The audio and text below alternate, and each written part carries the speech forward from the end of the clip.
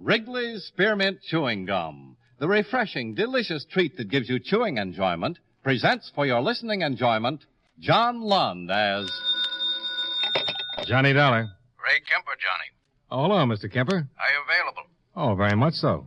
We insured a Mrs. William Post, New York City. She was killed last night. Yeah, how? Murdered. A private detective named Paul Sachs and a lawyer named George Simon found her in her apartment. She'd been stabbed to death. Any suspects? Yeah, her husband, William Post. Lieutenant Roseman of the 5th Precinct is handling the case. Contact him. He expects you. Okay, I can leave in an hour.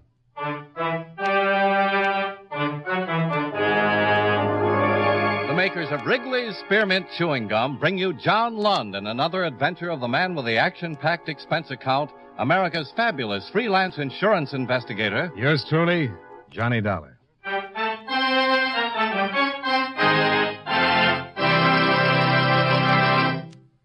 For refreshing taste, plus chewing enjoyment, treat yourself to delicious Wrigley's Spearmint Chewing Gum. When your mouth and throat feel hot and dry, a stick of Wrigley's Spearmint gives you quick, long-lasting refreshment. The lively, full-bodied spearmint flavor cools your mouth and freshens your taste. The chewing itself helps keep your throat pleasantly moist. Best of all, you can chew and enjoy refreshing Wrigley's Spearmint Gum almost any time and any place. Keep a package handy right in your purse or pocket so you can chew a stick whenever you want it. For refreshing taste plus chewing enjoyment, treat yourself to delicious Wrigley's Spearmint Gum. Millions enjoy it, and you will, too.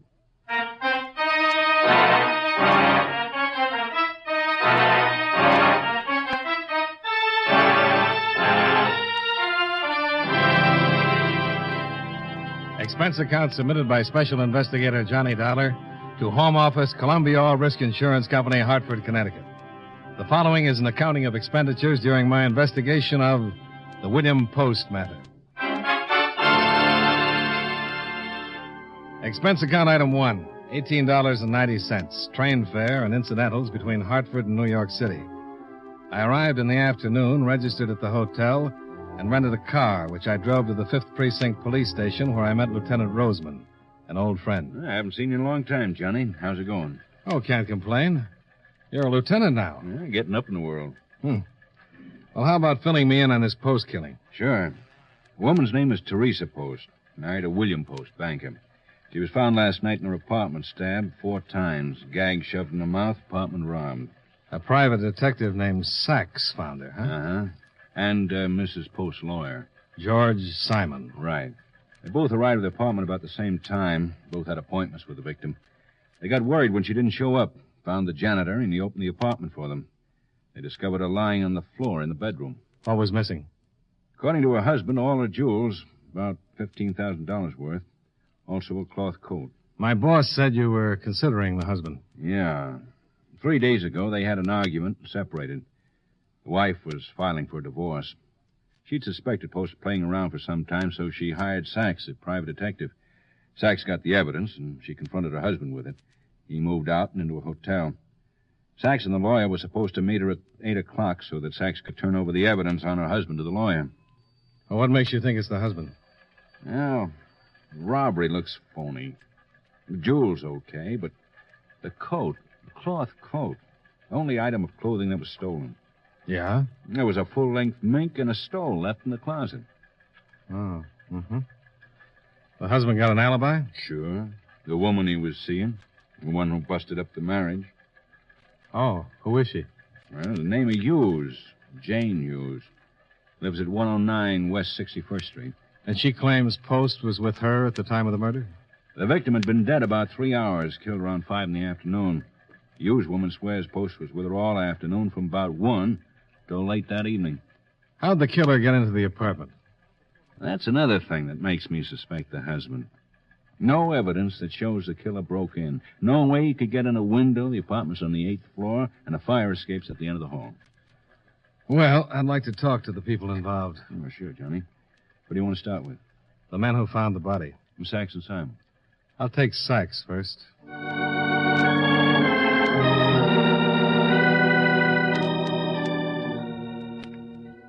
Roseman gave me the address of the private detective, and I drove over to 52nd Street where I located my man. Paul Sachs was small, with a sour look and a wet handshake. What can I do for you, boy? I'm investigating the Post murder. Uh-huh. So, well. Insurance man, huh? That's right. She insured for much? I forgot to ask. Yeah, probably is. Old man's loaded, boy. When did Mrs. Post retain you? Oh, about a month ago. Well, the 5th, to be exact. Wasn't too hard. The old man was pretty open about it. He was careful, all right, stayed to the more discreet places, but he was... Well, you know how those fellas are. Last one to think someone's checking up, so they aren't as careful as they should be. Want a drink? No, thanks. I was lucky. Lucky? Yeah. Paid me up in full before the old man cut her up. Sure you don't want a little belt? No, it's a little early. Don't blame the old boy much, though. How's that? I mean, a little bit of fluff he was chasing around with. Mighty nice. Oh, yes, sir. Mighty nice. Yeah, I got a couple of pictures here. Cops have got duplicates. I keep these for the family album. Uh-huh. You think Post killed his wife? Oh, yeah, sure. He certainly had the motive. Threw him out and was going to take him for everything. I've been in on things like this, boy. A man like me gets mixed up in all kinds of things. Murders like this, cut and dried. I tell you what, he made his mistake by taking that coat and leaving the mink. Stupid mistake. Real stupid, boy. The police say she was killed around 5 in the afternoon. Yeah, that's right. Oh, she was cut up something awful. Where were you at 5, Mr. Sachs? Me? Oh, nothing personal. You're barking up the wrong private detective, boy. I didn't have no motive. I was right here in my office. Didn't finish work till around 6. I've got other cases, Can you prove you were in your office? Can I prove? Well, boy, if I gotta prove it, I'll prove it. But there ain't no motive, boy. Why would I want to kill her, huh? You ain't thinking, boy. When you've been investigating as long as I have, you won't run around asking ridiculous questions like that.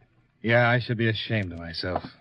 Well, Mr. Sachs, it's been a real pleasure. You gotta go, boy? Yeah, I'm afraid so, but it's been charming. Good. You need any help? Just give me a call. Oh, I'll do that, boy.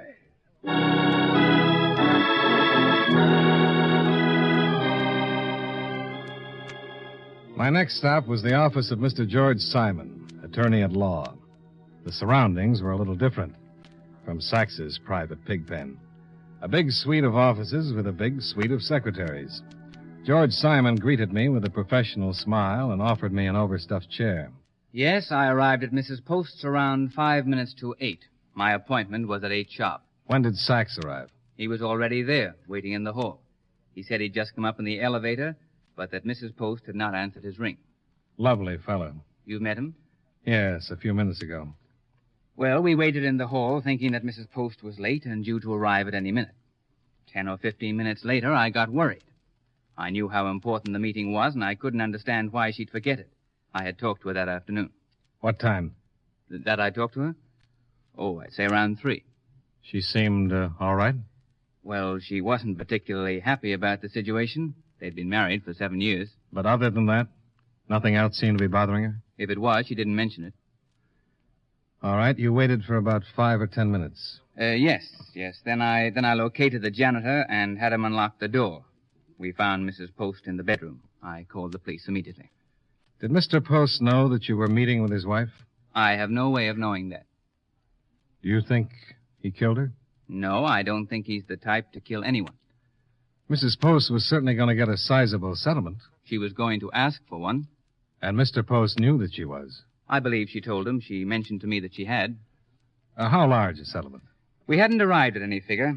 I was supposed to meet her and this private detective. I was supposed to look over the evidence, and then we were to discuss future plans. Where were you at 5 o'clock, Mr. Simon?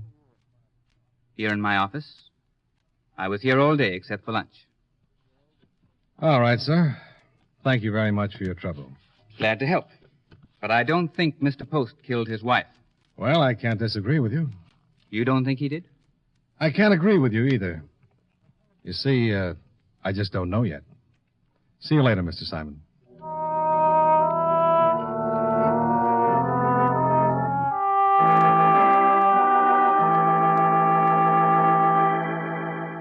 The next person on my list was Miss Jane Hughes. the reason for the marital rift between William Post and his wife.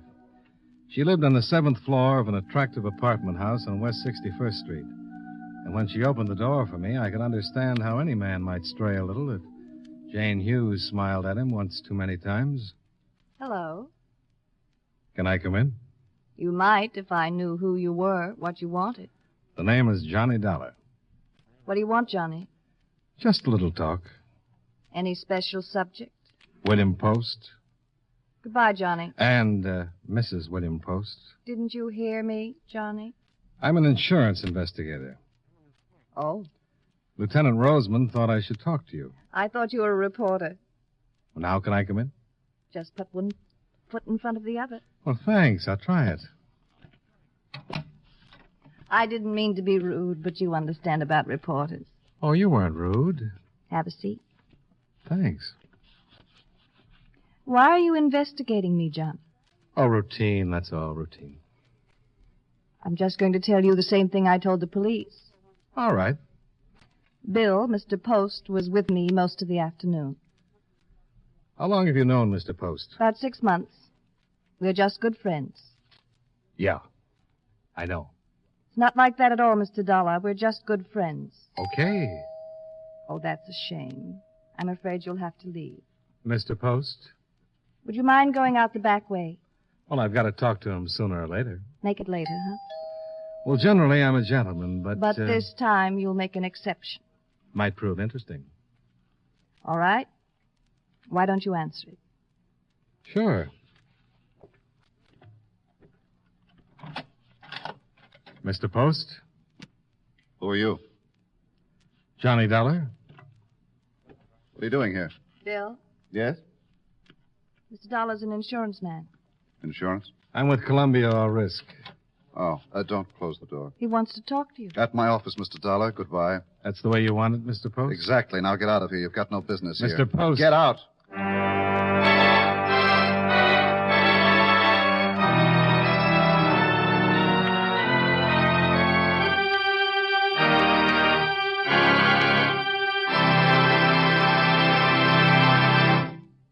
Friends, no matter what kind of work you do, it's a real help to chew delicious Wrigley Spearmint Gum right while you're working.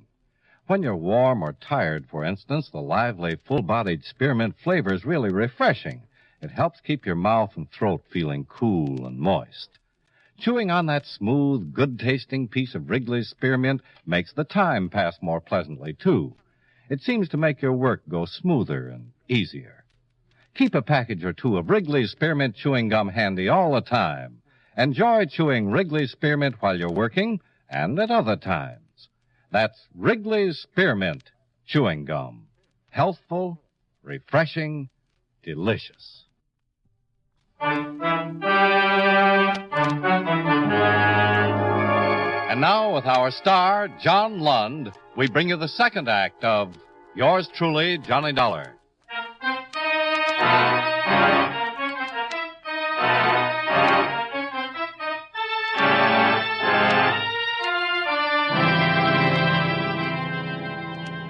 On the police list, William Post was the #1 candidate for the killing of his wife.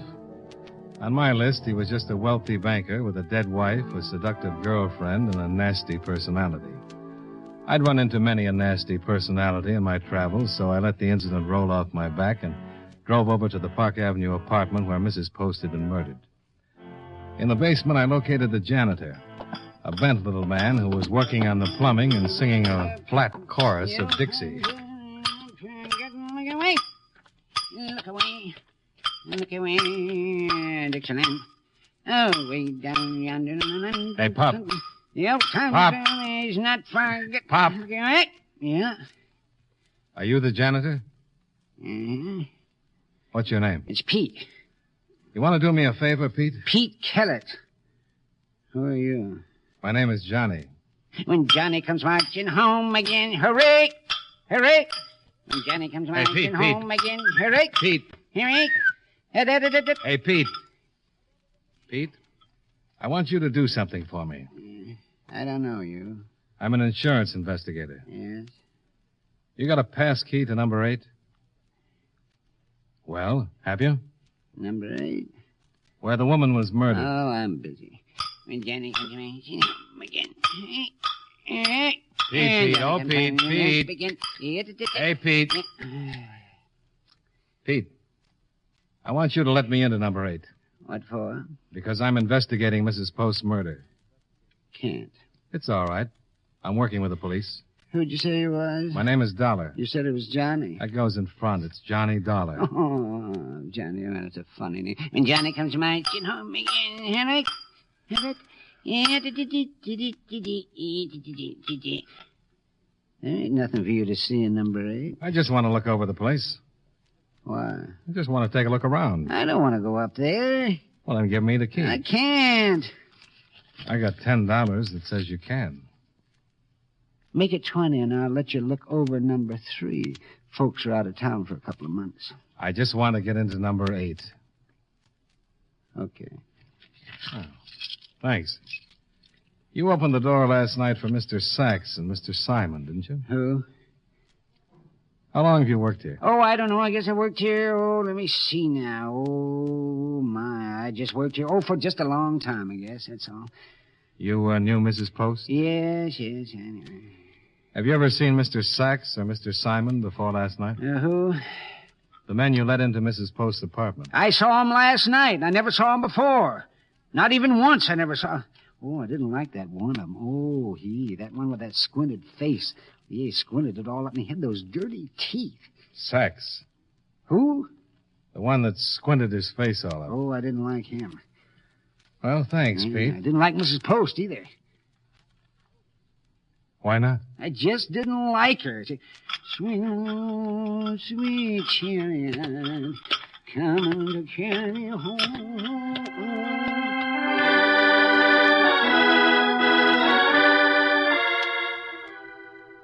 I let myself into number 8 and took a good look over the whole place. There was still blood on the bedroom floor, but everything else had been cleaned up, and there was nothing that gave me any ideas. The mink coat and stole were still in the closet. I went back downstairs to give Pete his keys, but the funny little man wasn't around. I left the keys on a bench near the furnace, went back out to my car, and drove to the hotel. I showered, shaved, wrote the first half of this report, and then started to go downstairs to have dinner.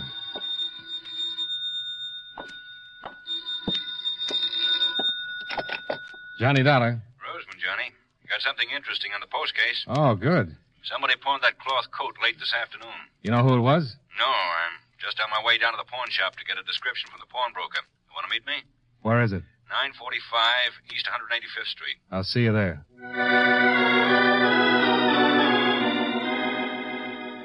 I climbed back into my car and drove uptown to the pawn shop. Lieutenant Roseman was already there, talking to the pawnbroker. And the answers he was getting were very interesting. You remember the man who pawned the coat? Oh, yes, he was a kind of small, funny-looking fella.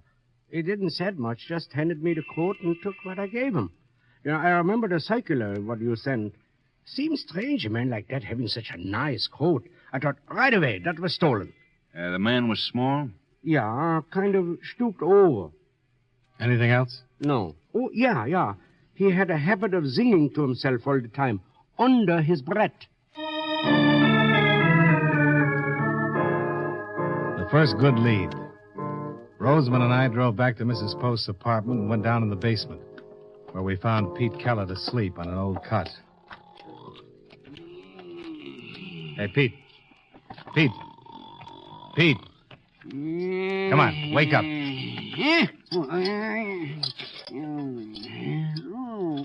What do you want? You remember me? Should I? I was down here this afternoon. I guess I do. You remember Lieutenant Roseman? Was he with you? Come on, Pete. We're going down to the station. Now? Yeah. You pawned a coat late this afternoon. Huh? A cloth coat. The one that was stolen from number 8. You pawned it. I don't know nothing about no coat. Let's go, Pete. Right now? Right now. Okay, but I ain't had much sleep. That plumbing, it keeps a man awake all night. Just let me get my shoes. I got shoes and you got shoes. Oh, God's children got shoes.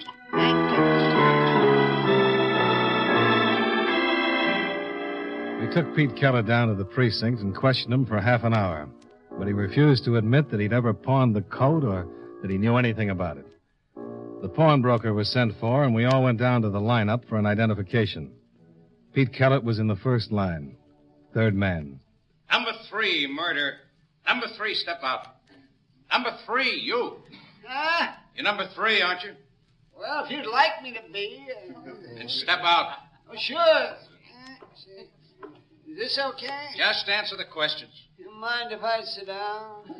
Just stand right there and face the front, hands at your sides. Oh, I'm awful tired. Plumbing keeps me awake all night. What's your name? Huh? I said, what's your name? Lieutenant. Oh, it's Pete. That's Where you the from? man. Pete He is Kellett? the Where you one that from? pawned the coat. Oh, what do you mean? You sure? I mean, where's your place of positively. residence? Oh. Sergeant Hanley, Yes, Lieutenant. number 3, hold for interrogation. Okay, you step back in line. Me? Yeah, you. Oh, I thought you wanted to hear where I was Step from. back. My goodness.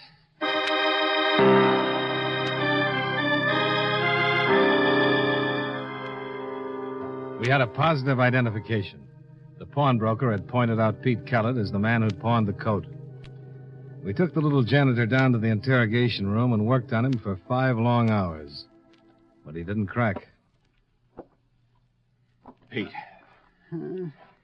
why don't you save us all a lot of trouble and admit it? What? Bet you killed Mrs. Post. Oh, why should I admit that? You want me to tell the truth, don't you? Oh. Pete, Yes. you did pawn the coat, didn't you? Yes. Okay. Where did you get it? From Mrs. Post. And you stabbed her. No. Then how did you get it? Well, she'd give it to me. You expect us to believe Why, that? sure. Why didn't you tell us this in the first place? Well, I thought if you knew, you'd think just what you're thinking. She gave you the coat. Yes. When? Well, a couple of days ago. You told me you didn't like her. I didn't. She gave you a nice coat like that, but you didn't like her? No. Then why did you take it? Why not? Now, look, you... Lieutenant, Yeah? come here a minute, will you? Can I go? You move a muscle and I'll bust you. Oh. I tell you, Johnny. Yeah, I know. But after all, He's nuts. There's a more polite term for it. He's nuts and he's guilty. You want to find out if he is? I know. I mean guilty. Find out and eliminate all this questioning? How? He's scared of that room. He wouldn't take me up to number 8, although he gave me the key. I think we can scare him into a confession. I'll try anything. Of course, there's a chance he's telling the truth. If he is, I'll eat your shoulder holster. We'll turn him loose. Send him back to his job. What's that going to do? You just hang around and watch.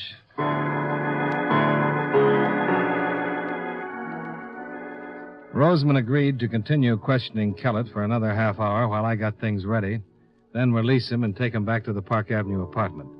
I left the precinct and drove to Jane Hughes' residence on West 61st Street. Oh, you'd better leave. Look, this is very important. Who is it? It's me, and I'm coming in. Now, Dollar, you listen to me. No, you listen.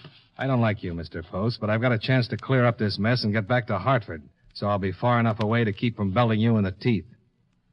Now, we think we know who killed your wife. Well, who is it? The janitor of the building. Holt Kellett? That's right, but we've got to prove it. I'll need your permission and Miss Hughes' help. I can't let Miss Hughes get involved in anything that might in any way... Okay. I'll see you later. Wait a minute, Johnny. What do you want me to do? Jane, It's all right. It's important to me. This hasn't been the most pleasant situation, Johnny, but regardless of what anyone thinks, I'm going to marry Bill. We're in love. I'll send you a box of rice if this works. What do you want me to do? I want you to be Mrs. Post. The dead Mrs. Post. what? Let him finish. I want you to go up in that apartment, dress like Mrs. Post, and call Kellett, the janitor. Tell him there's something wrong with the plumbing. Play it straight, as though nothing had ever happened. Are you out of your mind? You The think... police will be there. No. Let's go, Johnny.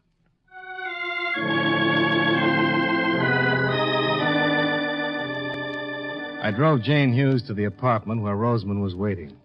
She got dressed in one of Mrs. Post's nightgowns and a robe, then buzzed the basement. Well, what about my voice? Just keep it low. Hello. Hello? Pete, Who is this? Mrs. Post. What? There's something the matter with the plumbing. Will you come up and fix it? Pete, did you hear me? Yes. Will you come right up? Yes.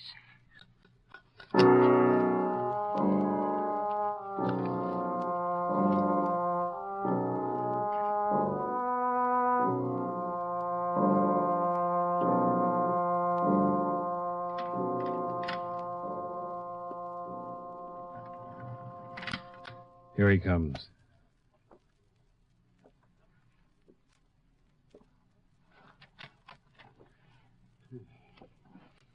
Come in, Pete. What's the matter?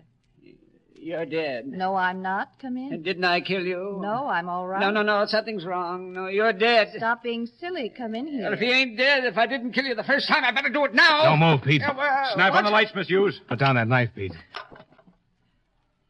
Is it all right? Yeah.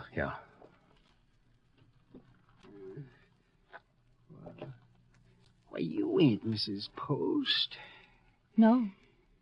Well, then she is dead. I did kill her. That's right, Pete. Oh, I feel better.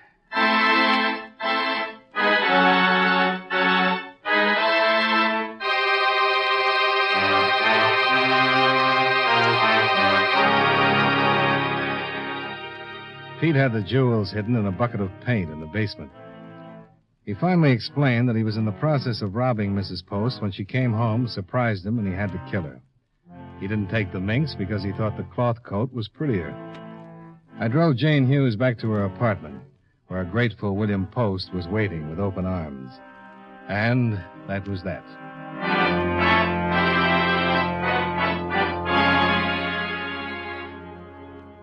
Expense account item 2, $15.85 for a late dinner for Lieutenant Roseman and me, after which I retired to my hotel bed and slept for about 10 hours. Expense account items 3 and 4, $35.75, hotel bill and car rental. Item 5, $16.55, train fare and incidentals back to Hartford. Expense account total, $87.05. Yours truly, Johnny Dollar.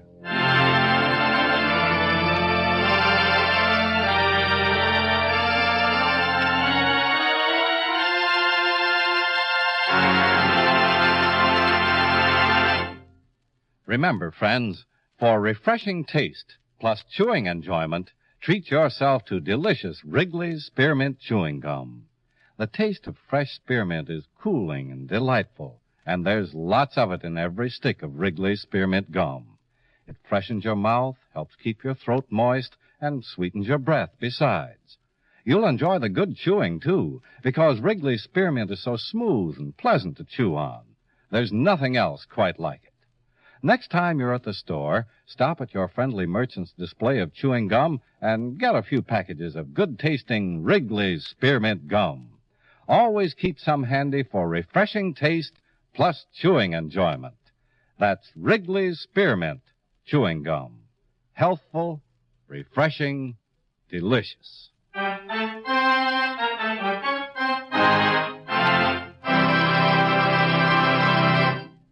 Yours truly, Johnny Dollar, brought to you by Wrigley's Spearmint Chewing Gum, stars John Lund in the title role and was written by Blake Edwards with music by Eddie Dunstetter.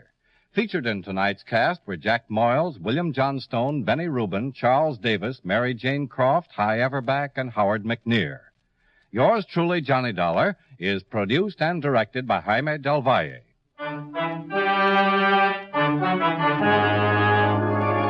The makers of Wrigley's Spearmint Chewing Gum hope you enjoyed tonight's story of Johnny Dollar and that you're enjoying delicious Wrigley's Spearmint Gum every day. This is Charles Lyon, inviting you to join us again next week at the same time when from Hollywood, John Lund returns as... Yours truly, Johnny Dollar.